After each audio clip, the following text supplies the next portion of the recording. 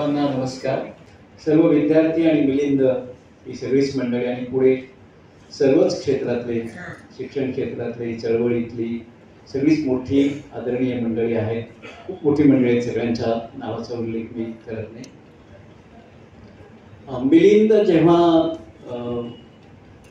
एक ब्रीफ घेऊन माझ्याकडे आले एक दिवशी आणि सर म्हणाले हे जरा वाचून बघा की, आणि ह्यातलं काय छापता येण्यासारखं आहे का बघा, हे छापायच्या योग्यतेचं आहे का, छापायच्या लायकीचं आहे का, म्हणजे मला लेखक वगैरे व्हायचं नाही आहे, पण हे बघा छापायला वाचून नाही का. ते शांतपणे मी वाचलं. परत एकदा त्यांचा फोन आला, सर ते झाले का वाचून? म्हटलं झाले, वाचून झालेलं आहे आणि आपण बोलूया, या तुम्ही. मग एकदा ते वेळ काढून आले. ते कधी वेळ काढून किंवा वेळ देऊन फोन करून असं कधी येत नाही, केव्हा येतात आणि त्या उघडून आत येतात. तो माणूसच वेगळा आहे, अजून सांगणार आहे त्यांच्याबद्दल. आणि म्हणालो मिलिंद हे पुस्तक अस्सल ऐवज आहे लेखनाचा आणि हे प्रकाशित करायचं आणि हे चांगल्या पद्धतीनं छापून आणा, याच्यातलं काही शुद्धलेखन तपासा, पण आपण प्रकाशित करायचं. दुसरा त्यांचा प्रश्न होता, वाचणार कोण, विकत कोण घेणार? तर मी म्हटलो मी पहिल्या 3 प्रती मी विकत घेतल्या. 3 घेतलं की 1 त्यांनी दिले मला, जर असे बघायला लागेल म्हणून सांगितलं. आणि म्हटलं हे पुस्तक चालणार, जे तुमच्यासारखे शिक्षक आहेत ते तरी वाचतीलच, पण आम्ही पण वाचू आणि हे पुस्तक वाचण्यासारखं आहे. या पुस्तकामध्ये काय ते सर बोलले, जाता जाता फक्त सांगतो मी की बरंच लेखन जे आहे, साहित्य जे आहे ते याचं जरा त्याचं जरा सगळ्यांचं मिळून प्लॅगॅरिझम म्हणजे वाङ्मय चौर्य कळणार नाही इतक्या खुबीनं असे काही लेखक लिहितात, न बघता लिहितात, काही माहितीच नसतं असं लिहितात. अनुभवांती प्रत्यक्ष अनुभव घेतलेलं आणि लिहिलेलं असं लेखन फार कमी टक्क्यात आहे. आणि मिलिंदला मी म्हणालो की तुम्ही हे तुमचे अनुभव सांगताय, याला आमच्या शिक्षणशास्त्राच्या भाषेमध्ये एक्सपिरियन्शियल लर्निंग म्हणतात, अनुभवातून आलेले शिक्षक, म्हणून हे छापायला पाहिजे. ते are genuine stories, real stories. आणि मग ते त्यांनी छापायचं ठरवलं आणि ते म्हटलं मुखपृष्ठ तुम्हीच करायचं, इथे जे काही करायचं त्याचं ते तुम्हीच करायचं, कसा समारंभ करायचा तो त्यांचं त्यांनी नंतर ठरवलं. कारण त्यांचे विद्यार्थी एवढे इथे सगळे गणलेले भारी भारी विद्यार्थी दिसतात. मिलिंद या माणसामध्ये ओळख झाल्यापासून मी जे तपासतोय ते काय आहे, मिलिंद हा असा माणूस आहे, तो त्याला मी अवलिया म्हणतो, कधीतरी हा डॅम्बिस माणूस आहे असं म्हणावं वाटतं, हा अगाऊ माणूस आहे असं म्हणावं असं वाटतं. पण मिलिंद हा या सगळ्या पलीकडे गेलेला माणूस, जो कॉम्रेड आहे, जो कलावंत आहे, जो पर्यावरण प्रेमी आहे, जो एक डेअरिंग अशा प्रकारचा युवक आहे आणि सगळ्यात महत्वाचं मुलांच्या अंतरंगात उतरणारा शिक्षक.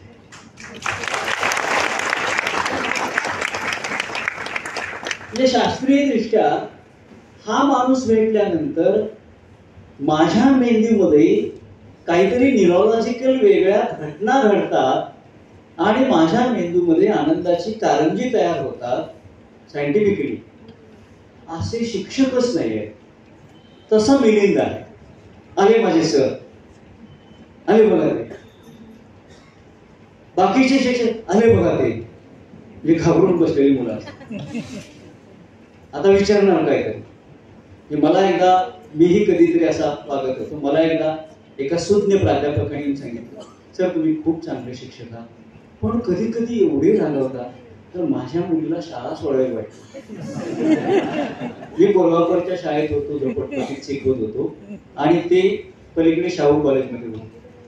आणि मग माझं मला नंतर कळलं, मिलिंदच्या अंगाखांद्यावर मुलं, म्हणजे त्याची कथेचं नाव, त्या कथासंग्रहाचं नावच काय दिलं त्यांनी, अगदी वेगळ्या प्रकारचं ते चित्रही त्याच्यावरचं वेगळं काढलं. म्हणजे out of the box, out of the frame असं नाही, कसली फ्रेमच नाही त्याचे, नो फ्रेम. असा एक तिसरा पर्याय असतो, within the box, out of the box and beyond all boxes. तो बियॉन्ड ऑल बॉक्सेस माणूस आहे, म्हणजे तो कशाची तमा बाळगत नाही. मग त्याच्यामध्ये त्याला त्रास होतो, तो त्रास तो सोसायची त्याची तयारी असते आणि त्याच्यातून मग एक मुलांचं आणि आपलं नातं तयार होतं. आत्ता चांगले शिक्षक कोण, जे नेमून दिलेलं आहे ते नेमाने तेवढंच करतात आणि रिझल्ट चांगला लावतात, ते चांगले शिक्षक. अभ्यासक्रम बरहुकूम शिकवतात, ते चांगले शिक्षक. वर्गात नेहमीच जातात, कसे शिकवतात माहित नाही, ते चांगले शिक्षक. आणि काय, इतक्या नंबरात मुलं आली असे शिक्षक. आता तो वेगळा शिक्षक आहे, त्याला सिनेमा माहिती आहे, त्याला मूल माहिती आहे. मूल खूप थोड्या लोकांना माहित असतं, आई बापांना पण मूल माहित नसतं बऱ्याच वेळा. मूल कळलेली एक 8-10 माणसं असतील जगामध्ये, मूल कळतच नाही आपल्याला, खूप दिवस कळत नाही. आणि म्हणून मूल आपल्या बाबाला सांगण्याऐवजी आईला सांगतो, आमच्या बाबाला काही कळत नाही म्हणून तुझ्याकडे सांगतो. म्हणजे बाबा ऐकून घेण्याच्या पण स्थितीत नसतो, तो मूल समजून घेणारा माणूस. म्हणजे मुलांच्या भावविश्वात त्याला जागा आहे. आपण मुलांच्या भावविश्वात नसतोच, बरेच शिक्षक आपल्याच विश्वात असतात. म्हणजे मी आता दाखल झालेलो आहे, दुर्दैवाने आता जे शिक्षक आहेत सगळे, कोण बिगारे आहे, कोण पगारी आहे, कोण अर्ध पगारी आहे, कोण तासिका तत्वावरचा आहे, कोण वेठबिगारीवरती आहे, कोण 20% आहे, कोण 30% आहे, कोण 40% आहे, कोण टक्के देऊन येतोय असे आहे. वर्गात जाणारे आहेत, वर्गात कधीच न जाणारे आहेत. कधीतरी एखादा मुलगा मी सांगतो, सर आज 10,000 रुपयाचा तास घेतला आपल्या सरांनी. म्हटलं कोण रे सर? ते इंग्लिश डिपार्टमेंटचे प्रमुख आहेत ते. काय सांगतोस? काय रे?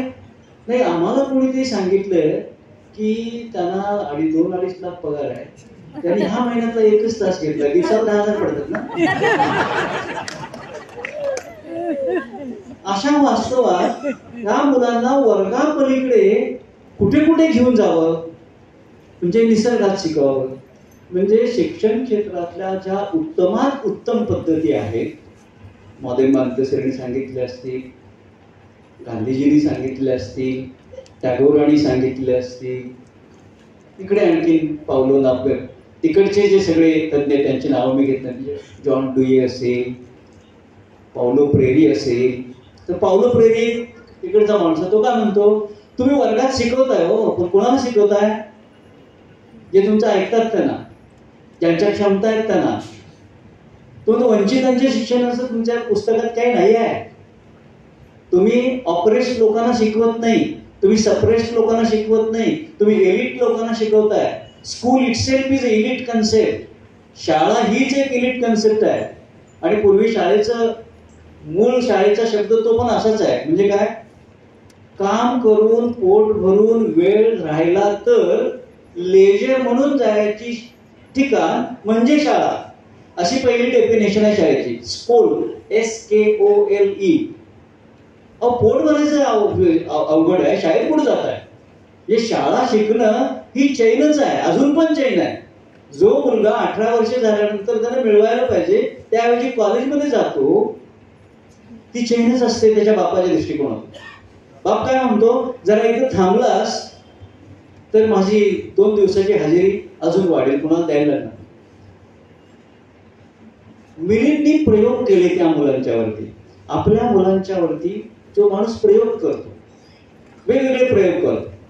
आता असे प्रयोग केले की हेडमास्टरांना असे प्रयोगशील, खट्याळ, आगाऊ शिक्षक नको असतात. ते लगेच त्यांना काढून टाकतात. हिरडेकर, तुम्हाला यावर्षी आम्ही काढून टाकणार आहे, तयारी ठेवा. म्हणजे कशाबद्दल? काही नाही, तुम्ही संघटनेच्या चळवळीत असतात म्हणून काढणार. कशाबद्दल? तुम्ही पण वर्गात एक टेरेसवरती तास घेतला म्हणून. पण टेरेसवरती तास घेतलं, काय चुकी झाली त्याच्यामध्ये? तर मग वर्गात शिकवायचं असतं, टेरेसवरती कुठे जाणार? अहो म्हणून थंडी होती, त्या ह्यात मी गेलो, मला सनलाईट शिकवायचा होता. हाऊ सन रायझेस, त्या दिवशी मी लवकर आलोय असं म्हणून त्याला सांगायचं होतं, हाऊ सन रायझेस. आणि मग सकाळची ती छटा कशा येतात ते मला शिकवायचे. इंग्लिश कविता आहे, ते काही असू दे. तुम्ही वर्ग सोडला होता ना? वर्ग सोडलेला नाही, टेरेसवरती होता. नाही, तुम्हाला दिलाय तो मेमो, त्याचं काय असेल ते लेखी उत्तर द्या, वाद घालू नका. तुमच्याशी वाद घालले की आमची अक्कल नाही आहे, तुम्ही एवढं तरी मान्य करता असे मला प्राचार्य सांगतात. मिलिंदला असाच त्रास झालेला. आता काही वेळा आता झोपडपट्टीत मुलं जी शिकतात त्यांना आम्ही काहीतरी सांगायला गेलो, ते काय म्हणे, अरे तू पालकांना काय घेऊन येत नाहीस? मुलं उत्तरच द्यायची. मग शाळा सुटल्यानंतर आमच्या झोपडपट्टीत जाईल, सर पालकांना घेऊन येत नाही, पालकांना घेऊन येत नाही. आमच्या मला माहित नाही पालक कोण आहे. असं का करताय? पालकांचा शब्द काढू नका, आम्हाला बोला, आम्हाला मारा, काय शिक्षा आहे ते आम्हाला द्या. म्हणजे पालक नाही किंवा कोण पालक हे माहिती नाही असं ज्यावेळी मुलं सांगतात त्यावेळी त्यांच्यापर्यंत जाणं. आता त्यांच्यापर्यंत गेलं तरी घेत असताना वाटतं की झोपडपट्टीत सारखे काय करतात, एक तिघे चौघे शिक्षक यांच्या बदल्या का? म्हणतो आम्ही दुसऱ्या इकडच्या शाळेतून तिकडच्या शाळेत गेलो तर झोपडपट्टीत यायला परवानगी आहे ना, तर त्यालाही तुमची बंदी आहे, आमच्या मुलांच्याकडे जायचं नाही. म्हणजे असं प्रयोग करणारे मिलिंद कसले विद्यार्थी तयार केले? आत्ताच्या जगाला कसलं मूल पाहिजे आहे? आत्ताच्या जगाला रेझिलियंट चाइल्ड पाहिजे.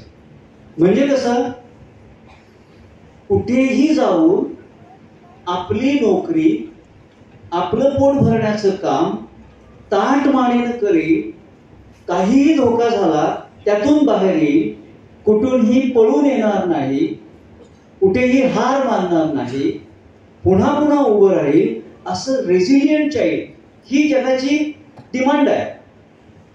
ते मिलिंद गेले अनेक वर्ष करत. रेझिलियंट चाइल्ड म्हणजे कुठल्याही परिस्थितीत माझ्या पायावर मी उभं राहील असं मूल.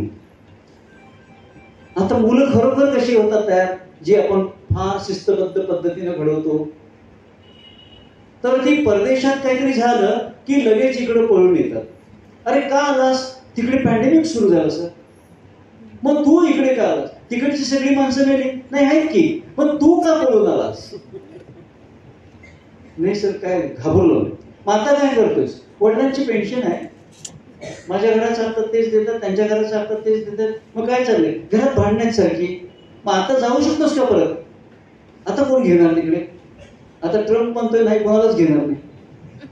म्हणजे पॅन्डेमिक आला पळून जाणार, पाऊस पडला पळून जाणार, पूर आला पळून जाणार, अशी पळून जाणारी मुलं, हार खाणारी मुलं, व्यवस्थेच्या विरुद्ध उभी राहणारी मुलं, वर्गात ताठपणाने बोलणारी मुलं, म्हणजे अशी जी मुलं आहेत, अशी मुलं पाहिजे. तशी मुलं लेनिननी घडवली. काही वेळा मुलांच्या अंतरंगात काय असतं हे कळत नाही. माझ्या वर्गात एक भीमराव सेलार नावाचा मुलगा यायचा, असा बसायचा बेंचवर, पहिलवान होता. तर भीमराव असं काय बसताय? सरळ बसाय. नाही सर मी असंच बसलो. तुम्हाला त्रास देतोय काय? ऐकतोय का नाही तुमचं? तुम्ही काय सांगताय ते लिहितोय पण. असं मी बसतो, तुम्हाला काय प्रॉब्लेम आहे? अरे पण वर्गात असं बसावं.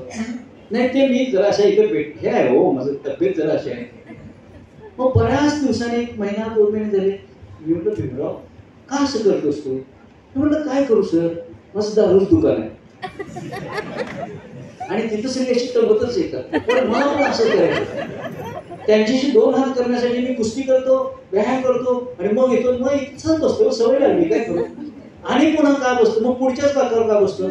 ही सगळी मागं बसतात, ती गुजर, मारवाडी, श्रीमंत. मी पण श्रीमंत आहे हो, मी पण पैसे मिळवले, मोठा गल्ला असतोय माझा. ती सगळी मागं बसतो पहिल्या बेंचवर, म्हणून मी ती यायच्या आधी पुढे बसतो. मुलांच्या मनात काय चाललंय, कुठे म्हणते आता? मिलिंदनी मुलाच्या मनात काय चाललंय, मुलाच्या मनात डोकावणारे शिक्षक. पण शिक्षकांनी आपल्या ठरवलेलं आहे की मी 58 वर्षापर्यंत काम करणार आहे, ते जपून जपून करायला पाहिजे. त्यानंतर सुरक्षित पेन्शन मिळाली पाहिजे. मिलिंदनी पेन्शनची काळजी केलेली नाही. मिलिंदनी पेन्शन नंतर काय मिळणार काळजी केलेली नाही.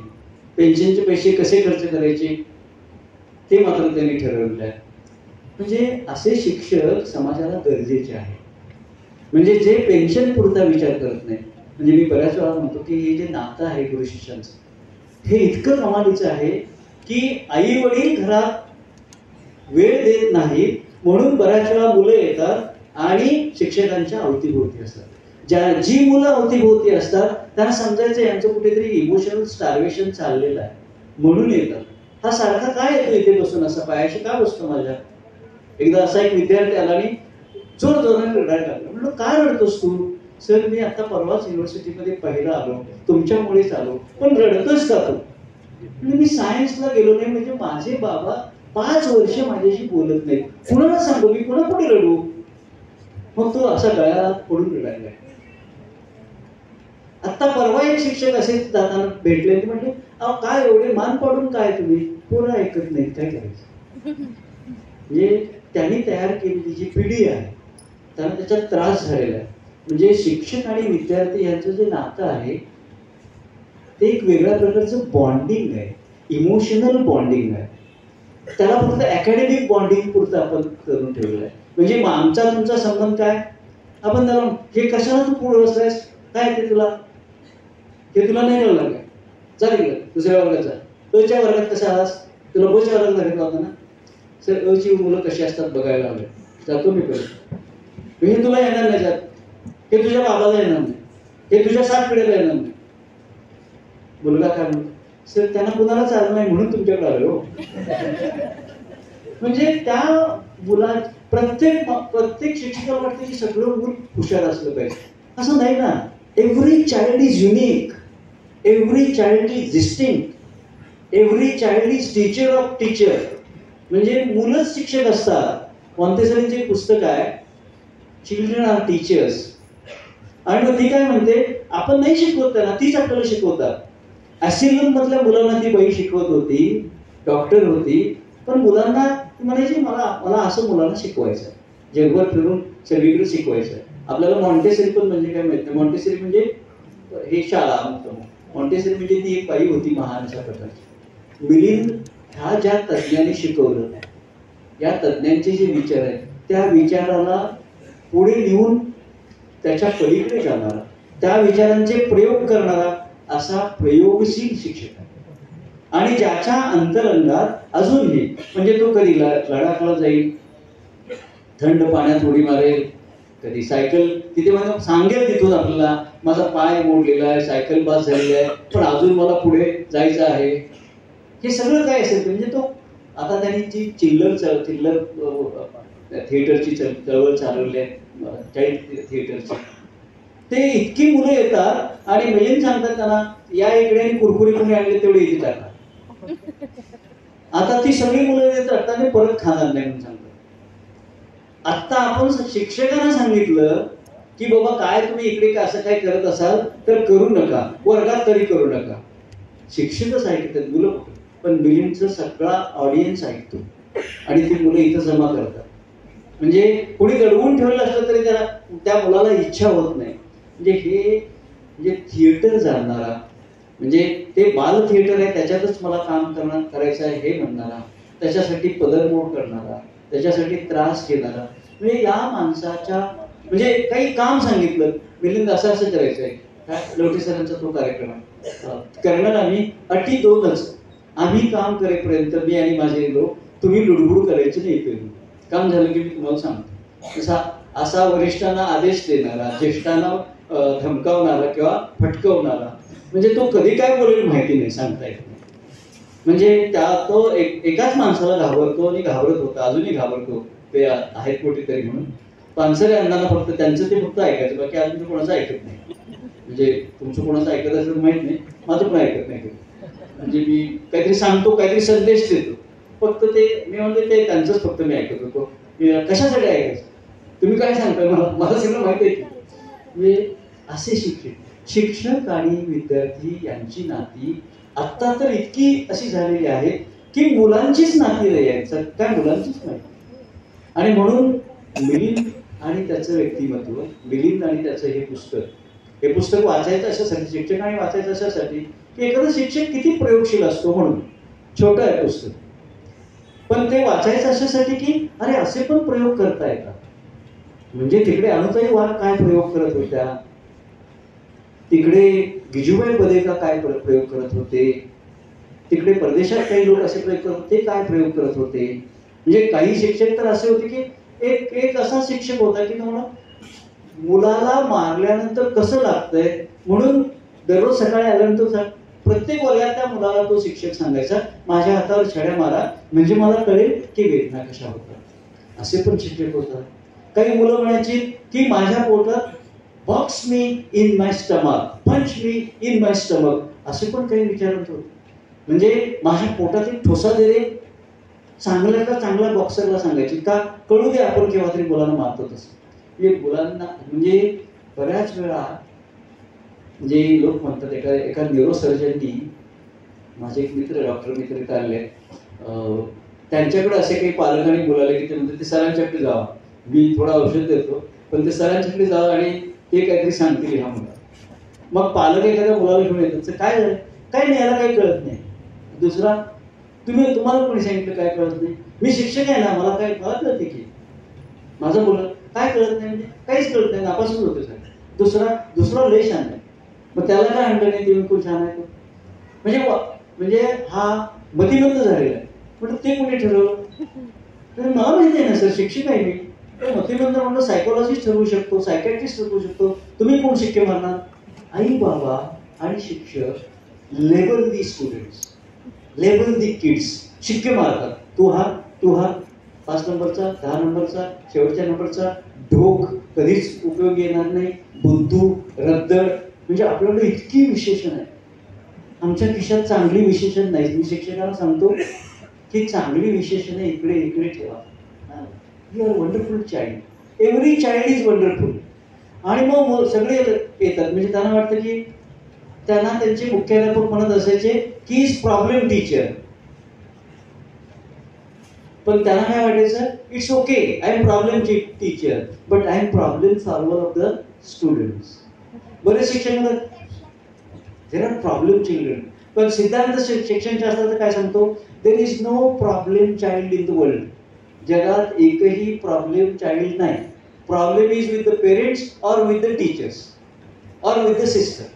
नाहीच आहेत मुलं, प्रॉब्लेम चिल्ड्रनच नाही.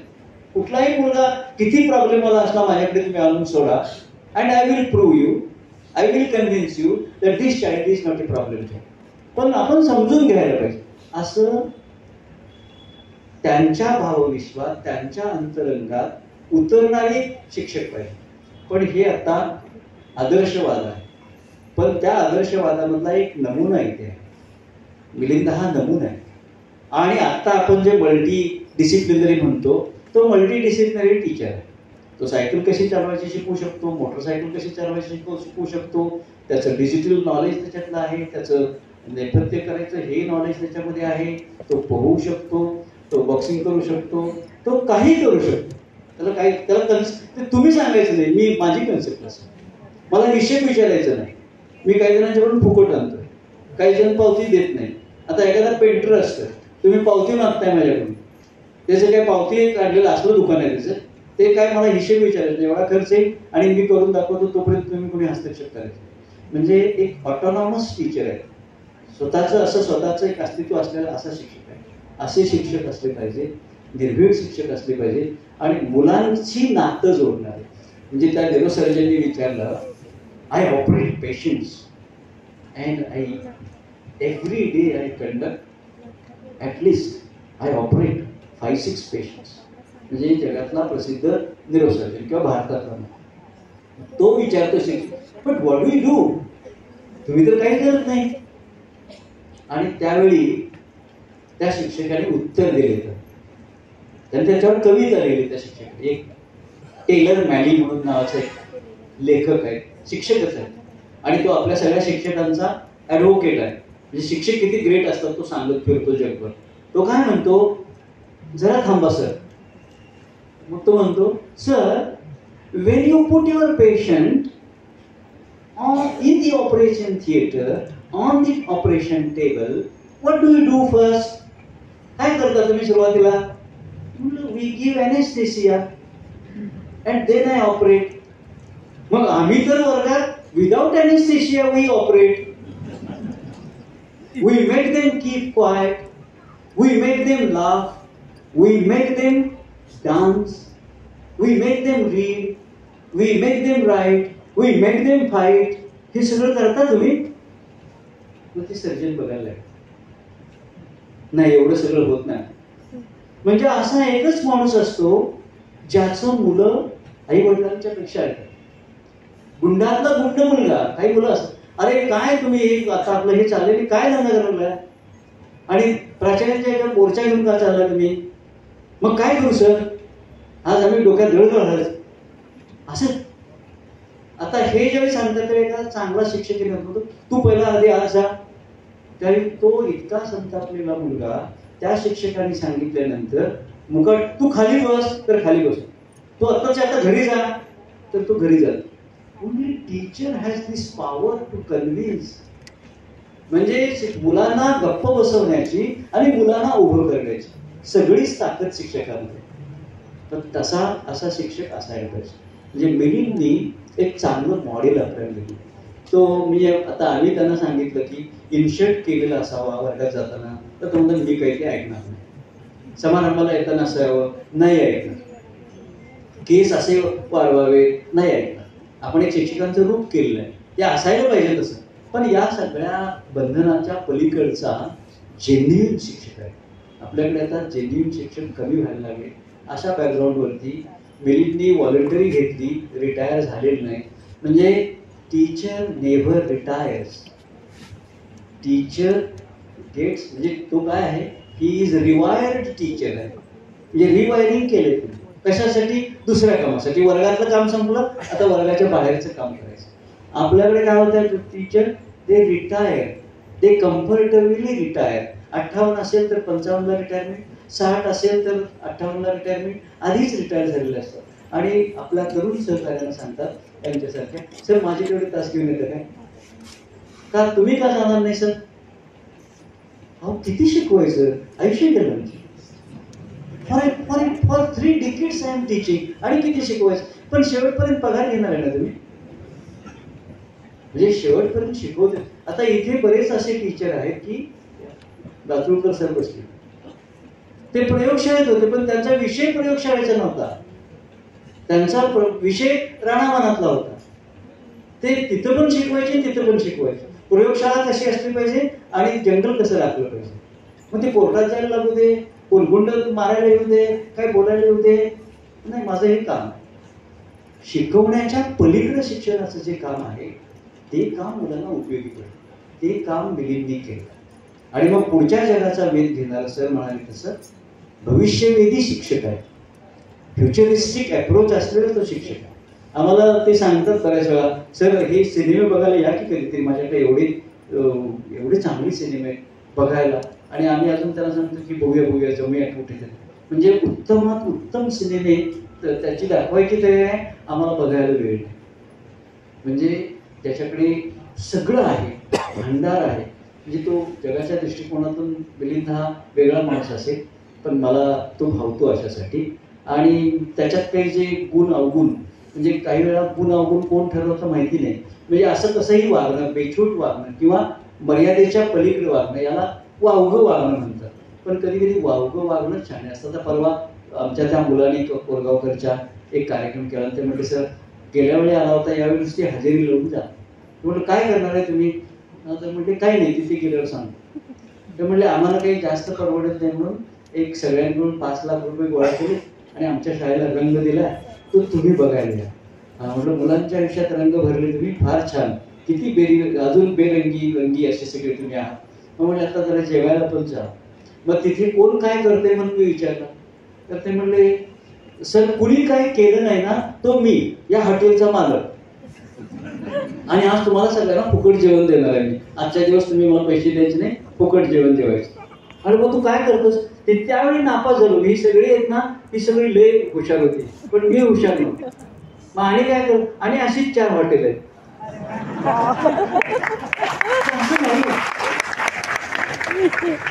Academically sound, academically expert, academically number 1 is not always number 1.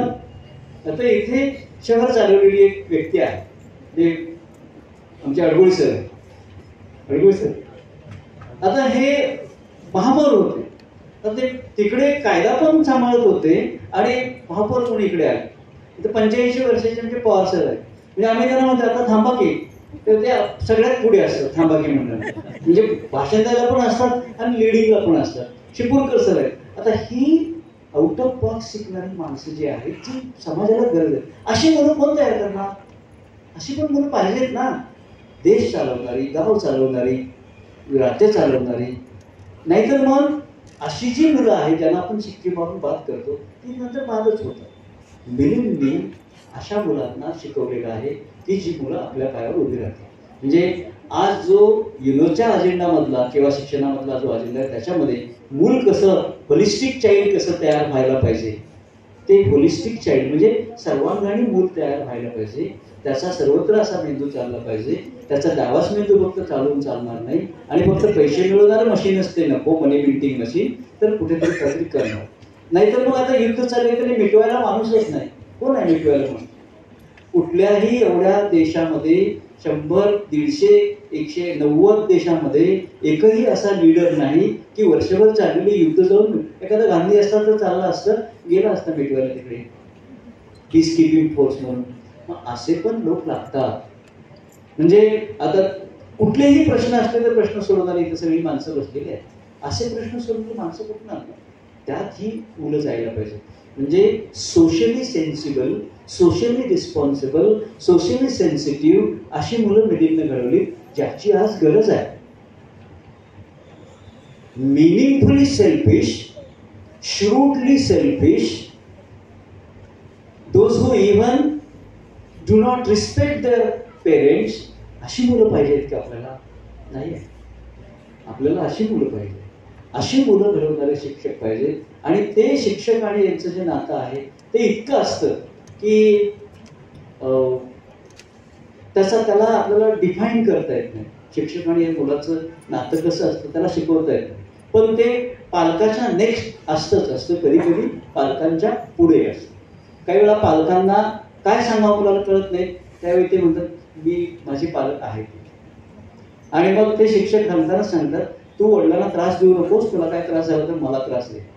असे पण अजून शिक्षक आहेत. मी आता गुरुपौर्णिमे दिवशी किंवा 5 सप्टेंबरला माझ्या अनेक शिक्षकांना भेटतो. त्यातले परवा एक शिक्षक म्हणले अरे तूच आता 72 वर्षाचा झालास, मी 84 वर्षाचा, आता कशाला भेटायला येतोस, तुला फोन करत जा ना. म्हणलं नाही, तुम्ही भेटला की मला तुम्ही माझे पालक आणि तुम्ही काय मला दिलंय ते मला माहिती. म्हणजे मला जोपर्यंत चालायला येते तोपर्यंत तुम्हाला येणार, तुम्हाला भेटायला येणार. आता त्यातले एक लोक कमी होतात. ही नाती अशी असतात, ती नाती अशी जपावी लागतात. त्याला त्रास होतो. मिलिंदचे कामाचे आवर्स काय, त्याच्या मुख्याध्यापक त्यांच्यासाठी 8 तासाची असते, पण मिलिंदच्या आताच्या सुद्धा कामाचे आवर्स काय, घरात किती वेळ देतात माहिती नाही. वहिनी आता वहिनी म्हणतात सर तुम्ही आणखीन त्यांना आता अजून मोकाट सोडायला लागलं.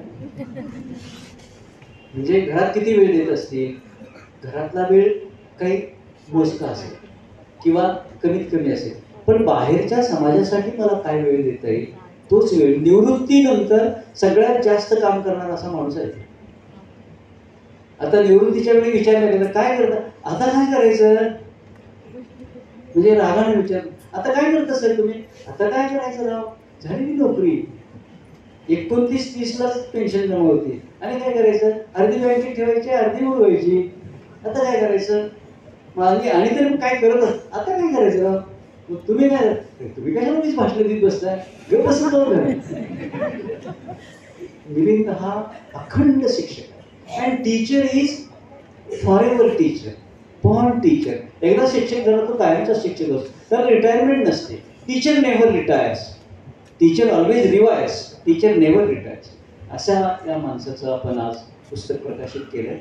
मला खूप आनंद झाला की पहिल्या वेळी ते काय म्हणतील हे पुस्तक हे करताना, तर ते खरोखर चांगलं मौल्यवान पुस्तक आहे. अशी पुस्तकं आपण अनुभवावरती आधारित असलेली पुस्तकं आपण वाचायला पाहिजे, त्याच्यातून आपल्याला काहीतरी मिळत राहील. आणि सर्व शिक्षकांना मी विनंती करतो की ते पुस्तक घ्या असं विनंती मी करत नाही, कारण मी पण पुस्तकं लिहितो आणि पुस्तक घ्या म्हणून विनंती केली की मी राष्ट्रवादी माणसाला सांगतो, अहो जाहिरात करू नका प्लीज, आपण त्यासाठी केलेलं नाही आहे, पण पुस्तक घ्यावं, वाचावं, कारण आपल्यालाही आपल्या मुलांना काहीतरी सांगायचं आहे, आपल्यालाही आपल्या वर्गात काहीतरी सांगायचं आहे. तर ज्यावेळी आपण जिवंत अनुभव सांगतो त्यावेळी ते लोकांना जास्त पटतात. अशा जिवंत अनुभवाची पुस्तकं आहेत, त्यातलं हे पुस्तक आहे. शिक्षणावरचं पुस्तक आहे आणि गुरुशिष्यांची नाती कशी असू शकतात, अशीही असू शकतात असं सांगणारं हे पुस्तक आहे.